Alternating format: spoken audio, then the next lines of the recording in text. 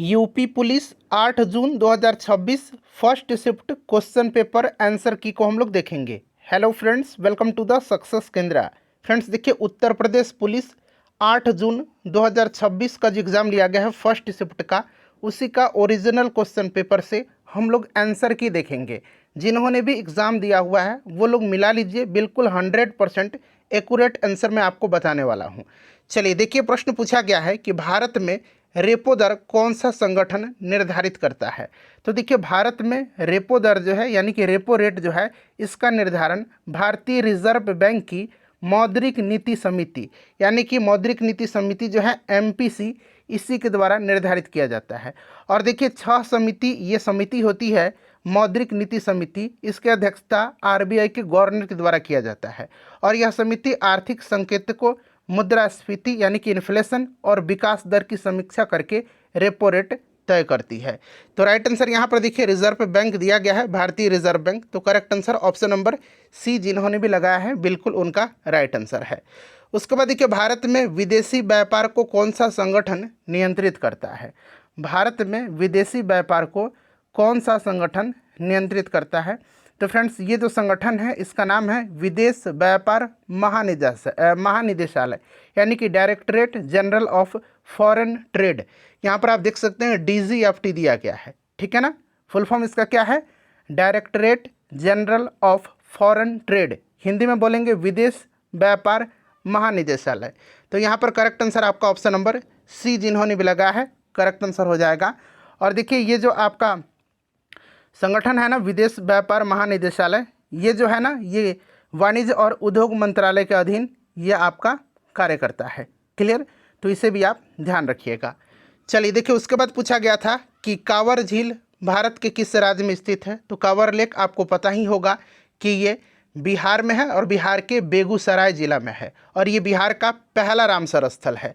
तो यहाँ पर देखिए बिहार दिया भी गया है, जिन्होंने भी बिहार लगाया है करेक्ट आंसर हो जाएगा। पूरा यहाँ पर आपका जीके वाला जो पोर्शन है उसका पूरा क्वेश्चन यहाँ पर आपको मिलेगा, और एक भी इसमें से आपको गलत आंसर नहीं मिलेगा, आप निश्चिंत होकर के मिलाइए। देखिए, भारत में कौन सा राज्य समान नागरिक संहिता विधेयक 2026 पारित करने वाला दूसरा राज्य बना है। तो फ्रेंड्स देखिए, पूछा गया है कि कौन सा राज्य समान नागरिक संहिता विधेयक 2026 पारित करने वाला दूसरा राज्य बना है। तो दूसरा राज्य ये गुजरात बन गया है। कौन सा? गुजरात बना है, ठीक है ना। पहला आपको पता है उत्तराखंड था, अब दूसरा गुजरात बना है।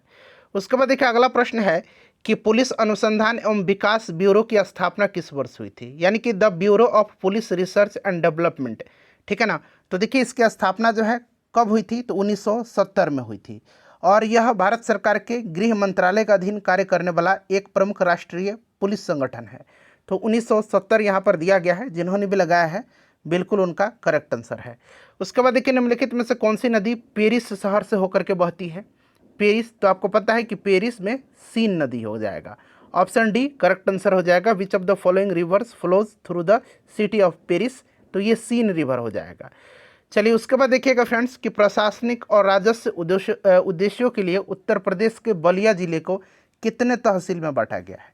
तो बलिया जिले को जो है कितने तहसील में? तो 6 तहसील में यहाँ पर लगाया भी गया है। आप 6 तहसील का नाम भी याद रख सकते हैं: बलिया सदर, बैरिया, बांसडीह, बेलथारा रोड, रसड़ा, सिकंदरपुर, ठीक है ना। तो ये 6 तहसील हैं। उसके बाद देखिए, अगला प्रश्न पूछा गया है कि पलासी का युद्ध ईस्ट इंडिया कंपनी और निम्नलिखित में से किसके बीच लड़ा गया था। तो पलासी का युद्ध 23 जून 1757 में हुआ था। ये ब्रिटिश और बंगाल के नवाब सिराजुद्दौला के मध्य हुआ था। तो यहाँ पर देखिए, बंगाल का नवाब दिया गया है, नवाब ऑफ बंगाल। तो जिन्होंने भी लगाया है बिल्कुल करेक्ट आंसर लगाया होगा। भारत का परमाणु ऊर्जा कार्यक्रम कितने चरणों पर आधारित है। तो आपको भी पता होगा कि भारत का जो परमाणु ऊर्जा कार्यक्रम है, न्यूक्लियर एनर्जी प्रोग्राम है, वो 3 चरण पर है, 3 चरण पर आधारित है। पहला चरण है दाबित भारी जल रिएक्टर, दूसरा है फास्ट ब्रीडर रिएक्टर है, और तीसरा है थोरियम आधारित रिएक्टर। तो फिलहाल आप 3 चरण याद रखिएगा, 3 स्टेज। जिन्होंने भी लगाया है उनका बिल्कुल करेक्ट आंसर होगा। उसके बाद देखिएगा, अगला प्रश्न है कि निम्नलिखित में से यहाँ पर पूछा गया है कि कौन सी पाणिनि की प्रसिद्ध रचना है जिसे संस्कृत व्याकरण का आधारभूत ग्रंथ माना जाता है। तो पाणिनि की रचना कौन सी है इसमें से? तो ये अष्टाध्यायी है। नाट्यशास्त्र भी पूछा है कि किसकी रचना है, आगे देखिएगा मिलेगा। भरत मुनि की रचना है ठीक है। विक्रमोर्वशीयम कालिदास की है, हर्षचरित वानभट्ट की रचना है, ये सब आप जानते हैं। पौधे के हरे रंग के लिए कौन सा वर्णक जिम्मेदार है? हरा रंग के लिए तो क्लोरोफिल है ये, ठीक है ना, हरा रंग के लिए ऑप्शन ए जिन्होंने भी लगाया है बिल्कुल उनका करेक्ट आंसर हो जाएगा। उसके बाद देखिए ये क्वेश्चन मैंने आपको करा दिया था, ठीक है ना, 40 और 41 तो फिर से मिल गया है, तो यहाँ पर हम लोग कर लेते हैं। 6 जो है तहसील है बलिया ज़िले में, और बंगाल के नवाब के बीच प्लासी का युद्ध हुआ था, ईस्ट इंडिया कंपनी और बंगाल के नवाब के बीच, ठीक है। चलिए उसके बाद देखिएगा कि भारत के प्रधानमंत्री की नियुक्ति जो है पूछा गया है कि संविधान के किस अनुच्छेद के अंतर्गत किया जाता है? तो कौन सा आर्टिकल है? अनुच्छेद 75(1) के अंतर्गत, ऑप्शन नंबर ए में आप देख रहे हैं, ठीक है ना, ध्यान रखिएगा। और भारत के राष्ट्रपति प्रधानमंत्री की नियुक्ति करते हैं। क्लियर? अच्छा, कौन सा प्लेटफॉर्म मुख्य रूप से पेशेवर नेटवर्किंग के लिए उपयोग किया जाता है? पेशेवर नेटवर्किंग के लिए, तो फ्रेंड्स ये आपका कौन सा जो है प्लेटफॉर्म है? ये लिंक्डइन है, ठीक है। तो यहाँ पर option number B right answer हो जाएगा, लिंक्डइन, ध्यान रखिएगा, ठीक है। उसके बाद देखिएगा कि निम्नलिखित में से कौन सी पर्यावरणीय समस्या मुख्य रूप से ग्रीन हाउस गैसों के उत्सर्जन के कारण होती है? Green house gas, carbon dioxide, methane, CFC, जलवाष्प, नाइट्रस ऑक्साइड, ठीक है ना, ये सब ग्रीन हाउस गैसेज हैं और इनके उत्सर्जन से मुख्य रूप से भूमंडलीय तापन यानी कि ग्लोबल वार्मिंग करेक्ट आंसर हो जाएगा, और जलवायु परिवर्तन। तो यहाँ पर ग्लोबल वार्मिंग वैश्विक तापन ऑलरेडी दिया गया, ऑप्शन डी जिन्होंने भी लगाया है बिल्कुल उनका करेक्ट आंसर है। ये क्वेश्चन हो गया था कि भारत में रेपो दर का कौन सा संगठन निर्धारित करता है? तो RBI। विदेशी व्यापार कौन सा संगठन नियंत्रित करता है? तो DGFT। हाँ, कावर लेक ये हो गया था पेज, ठीक है ना, बिहार में है। अच्छा, भारत में प्रति वर्ष जो है राष्ट्रीय स्टार्टअप दिवस कब मनाया जाता है? बड़ा ही अच्छा क्वेश्चन है। तो स्टार्टअप दिवस जो है ये 16 जनवरी के दिन मनाया जाता है, 16 जनवरी, जिन्होंने भी लगाया है बिल्कुल उनका राइट आंसर है। अच्छा, प्रेम भाग्य रिश्तों की पड़ताल करने वाला उपन्यास, यहाँ पर देखिए अंग्रेजी में भी लिखा गया है, it's all in the planets, in noble exploring love, facts and relationship, ठीक है ना। तो ये किसने लिखा है? तो ये पूछा गया है, करेक्ट आंसर क्या हो जाएगा? तो ये आपका हो जाएगा प्रीति सिनोय ने लिखा है, option number A correct answer हो जाएगा, प्रीति सिनोय। अच्छा, निम्नलिखित में से कौन सा भारतीय राज्य म्यांमार और भूटान दोनों के साथ सीमा साझा करता है? तो म्यांमार और भूटान दोनों के साथ सीमा साझा करता है अरुणाचल प्रदेश। कौन सा? अरुणाचल प्रदेश करता है, ठीक है ना, ध्यान रखिएगा। अरुणाचल प्रदेश जिन्होंने भी लगाया है बिल्कुल उनका राइट आंसर है। अच्छा, प्रहार नीति जो है, प्रहार रणनीति भारत में मुख्य उद्देश्य सुनिश्चित करना क्या है इसका? प्रहार जो रणनीति है तो आतंकवाद विरोध करना है, ठीक है ना, आतंकवाद, राष्ट्रीय आतंकवाद विरोधी नीति है ये, नेशनल काउंटर टेररिज्म पॉलिसी, प्रहार, ठीक है, आतंकवाद को रोकना है। उसके बाद देखिएगा कि CSIR की मिशन मोड पहल के अंतर्गत उड़ीसा के किस गांव को पहले स्मार्ट गांव के रूप में विकसित किया गया है? ठीक है ना, CSIR जो है इसका एक मिशन है, ठीक है ना। इसी के तहत वैज्ञानिक एवं अनुसंधान औद्योगिक अनुसंधान परिषद, वैज्ञानिक एवं औद्योगिक अनुसंधान परिषद, इसका मिशन मोड पहल के अंतर्गत उड़ीसा का पहला स्मार्ट गांव कुसुनपुर को बनाया गया है। कुसुनपुर को बनाया गया, कुसुनपुर यहाँ पर करेक्ट आंसर हो जाएगा, कुसुनपुर, ठीक है फ्रेंड्स। और ये किस जिला में है? तो उड़ीसा के केंद्रपाड़ा जिला में है, केंद्रपाड़ा जिला में है, ठीक है ना, केंद्रपाड़ा जिला, ध्यान रखिएगा। चलिए, मार्च 2026 में आए भीषण उष्णकटिबंधीय चक्रवात नारेल ने किस देश में प्रभावित किया, किस देश को? तो देखिए ये जो साइक्लोन नारेल आया था ये ऑस्ट्रेलिया को प्रभावित किया है, ठीक है ना, किसको? ऑस्ट्रेलिया। जिन्होंने भी ऑस्ट्रेलिया लगाया है राइट आंसर है उनका।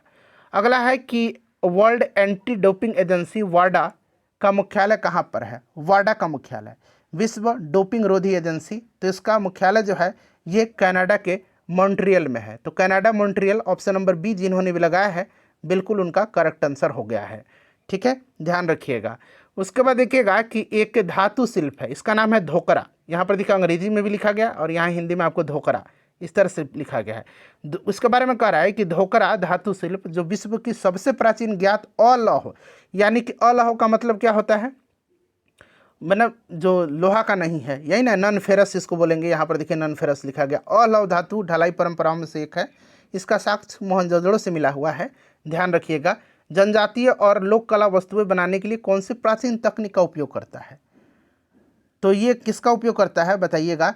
तो ये करता है lost wax casting, option number C में दिया गया है, ठीक है ना। यहाँ पर देखिए लॉस्ट यानी कि भ्रष्ट मोम ढलाई, अंग्रेजी में इसको लॉस्ट वैक्स कास्टिंग बोलते हैं। ये अंग्रेजी में भी आप ध्यान रखिएगा, ठीक है। चलिए उसके बाद देखिएगा अगला प्रश्न क्या पूछा गया है कि निम्नलिखित में से कौन सी पाणिनि की प्रसिद्ध रचना है। ये हो गया है, ठीक है ना, अष्टाध्यायी मैंने करा दिया है, पौधे का हरा रंग क्लोरोफिल, ठीक है। उसके बाद देखिए कह रहा है कि निम्नलिखित में से कौन सा क्षेत्र शांति स्वरूप भटनागर पुरस्कार के अंतर्गत आता है। तो शांति स्वरूप भटनागर पुरस्कार विज्ञान एवं प्रौद्योगिकी, साइंस एंड टेक्नोलॉजी। अच्छा, प्रहार रणनीति, यह भी मैंने कराया था ना कि आतंकवाद को रोकना है, आतंकवाद विरोध है, ठीक है, अंग्रेजी में भी यहाँ पर काउंटर टेररिज्म। उसके बाद देखिए अक्टूबर 2025 तक जीएसटी परिषद द्वारा निर्धारित भारत में सबसे ऊंची जीएसटी स्लैब दर क्या है, यानी कि जो आपका हाईएस्ट जीएसटी स्लैब रेट है वो कौन सा है अक्टूबर 2025 तक। तो ये 40% है, 40%, ठीक है ना, ध्यान रखिएगा। बरुआ सागर झील उत्तर प्रदेश में है, इस चीज़ को आपको ध्यान रखना है। जो उत्तर प्रदेश से बाहर के छात्र देख रहे हैं, बरुआ सागर झील कहाँ पर है, उत्तर प्रदेश में, और उत्तर प्रदेश के ये किस जिले में है यही पूछा गया है। तो ये उत्तर प्रदेश के झांसी में है बरुआ सागर झील, ठीक है। चलिए नेक्स्ट क्वेश्चन हम लोग कर लेंगे। अगला प्रश्न क्या है हमारा कि किस संस्थान ने जो है यहाँ पर देखिएगा कि वायुमंडलीय रडार संकेतकों से वर्षा का पता लगाने वाली मशीन लर्निंग प्रौद्योगिकी के लिए पेटेंट हासिल किया है। बताइए ये कौन सी संस्थान है जिसने वायुमंडलीय रडार संकेतकों से वर्षा का पता लगाने के लिए मशीन लर्निंग प्रौद्योगिकी के लिए पेटेंट हासिल किया हुआ है। तो फ्रेंड्स ये कोचिन विज्ञान और प्रौद्योगिकी है, ठीक है ना, कोचिन विज्ञान एवं प्रौद्योगिकी विश्वविद्यालय, ऑप्शन ए। जिन्होंने भी लगाया है बिल्कुल उनका राइट आंसर है। अच्छा, भारत का कौन सा राज्य 2026 में 20 सिटीज टुवर्ड्स जीरो वेस्ट पहल में शामिल हुआ है। 20 सिटीज टुवर्ड्स जीरो वेस्ट। तो फ्रेंड्स ये केरला हुआ है, ठीक है ना। संयुक्त राष्ट्र की वैश्विक 20 सिटीज टुवर्ड जीरो वेस्ट शून्य अपशिष्ट की ओर 20 शहर पहल में शामिल होने वाला भारत का राज्य केरल है। तो केरल जिन्होंने भी लगाया है बिल्कुल उनका करेक्ट आंसर है। उसके बाद देखिए विश्व खाद्य दिवस जो प्रत्येक वर्ष 16 अक्टूबर को मनाया जाता है। ध्यान रखिएगा विश्व खाद्य दिवस यानी कि वर्ल्ड फूड डे 16 अक्टूबर के दिन हर साल मनाया जाता है। किसके बारे में जागरूकता बढ़ाने के लिए समर्पित है। तो ये भूख, खाद्य सुरक्षा, पोषण, सतत कृषि पद्धति इनसे संबंधित है। ये आप पकड़ भी लीजिएगा इसी से, ठीक है ना। तो ये संबंधित है भूख से पीड़ित लोगों के लिए जागरूकता, कार्रवाई को बढ़ावा दिया जा सके, सभी के लिए खाद्य सुरक्षा, पौष्टिक आहार सुनिश्चित हो सके। उसके बाद देखिएगा कि अक्टूबर 2025 तक हो गया ना, जीएसटी जो हाईएस्ट स्लैब रेट था ये 40%। अच्छा, खेती निर्वाह से लेकर किस प्रकार तक भिन्न है। तो निर्वाह से लेकर के वाणिज्यिक कृषि तक ये भिन्न है। फार्मिंग हैज़ वेरिड फ्रॉम, ठीक है ना, यहाँ पर आप देख सकते हैं। नाट्यशास्त्र प्रदर्शन कला एक ग्रंथ है, किसके द्वारा लिखा गया। तो मैंने बताया था नाट्यशास्त्र पूछा है, भरत मुनि की रचना है। मार्च 2026 में पीपुल्स रिपब्लिक ऑफ चाइना में भारत के राजदूत के रूप में किसे नामित किया गया है। तो ये किया गया है किसको, तो विक्रम दोरईश्वाई को किया गया है। यहाँ पर देख सकते हैं विक्रम के दोरईस्वामी, ठीक है ना, दोरईस्वामी, ध्यान रखिएगा। अंग्रेजी में यहाँ पर अंग्रेजी में कट गया है, ठीक है ना, बट हिंदी में आप याद रखिएगा। पद्म भूषण 2026 के कौन से प्राप्तकर्ता सार्वजनिक मामलों से जुड़े हैं और उत्तराखंड राज्य से संबंध रखते हैं। ये कौन से हैं पद्म भूषण 2026। तो ये भगत सिंह कोश्यारी हैं। कौन है, भगत सिंह कोश्यारी हैं, ठीक है। चलिए बुखारेस्ट पूछा गया है, यहाँ पर अंग्रेजी में भी है बुखारेस्ट। बुखारेस्ट जो है किसकी राजधानी है। तो बुखारेस्ट जो है ये रोमानिया की राजधानी है। रोमानिया ऑप्शन डी में दिया गया, रोमानिया, आप देख सकते हैं रोमानिया की राजधानी है। उसके बाद देखिए अगला प्रश्न ये हो गया है कि शांति स्वरूप भटनागर, तो ये साइंस टेक्नोलॉजी में दिया जाता है। अच्छा, भारतीय संविधान की किस अनुसूची में राज्यसभा में राज्यों और केंद्र शासित प्रदेशों के लिए सीटों के आवंटन से संबंधित है। सीट आवंटन, तो ये 4th शेड्यूल में है ना, 4th schedule, option number B, 4थी अनुसूची में। लास्को गुफाएं किस देश में स्थित हैं। तो लास्को की गुफा जो है ये कहाँ पर है फ्रेंड्स, तो ये फ्रांस में है। ध्यान रखिए कहाँ पर है, ये फ्रांस जिन्होंने भी लगाया है बिल्कुल उनका करेक्ट आंसर है। मधुबनी यानी कि मिथिला पेंटिंग, मिथिला चित्रकला की उत्पत्ति किस राज्य से हुई है। तो मिथिला चित्रकला ये बिहार राज्य की है, ठीक है ना। मधुबनी पेंटिंग, बुखारेस्ट मैंने बता दिया रोमानिया की राजधानी है। अच्छा, ये भी हो गया है, ये रिपीट हो गया, विज्ञान प्रौद्योगिकी में शांति स्वरूप भटनागर दिया जाता है। अगला प्रश्न है कि 1888 में बाजार में आए पहले कोडक कैमरा है ना, पहले देखते थे, इसका आविष्कार पूछा गया है किसने किया है। 1888 में कोडक कैमरा आया था मार्केट में और जॉर्ज ईस्टमैन ने इसका आविष्कार किया था, ऑप्शन ए में है नाम। कौन सा वैज्ञानिक सिद्धांत यह समझाता है कि कंपास की सुई उत्तर की ओर क्यों इशारा करती है। तो फ्रेंड्स ये कौन सा समझाता है, ये समझाता है कौन, तो अर्थ्स मैग्नेटिक फील्ड, जो देख सकते हैं आप ऑप्शन बी में, अर्थ मैग्नेटिक फील्ड यानी कि पृथ्वी का चुंबकीय क्षेत्र। पूरा आपका जीके मैंने कंप्लीट करा दिया, एक भी क्वेश्चन पर आपको डाउट नहीं होगा, पूरा 100% एक्यूरेट आंसर है। Uttar Pradesh police 8 June 2026 original question paper answer की। लाइक कर दीजिए और एक ग्रुप में शेयर कर दीजिए।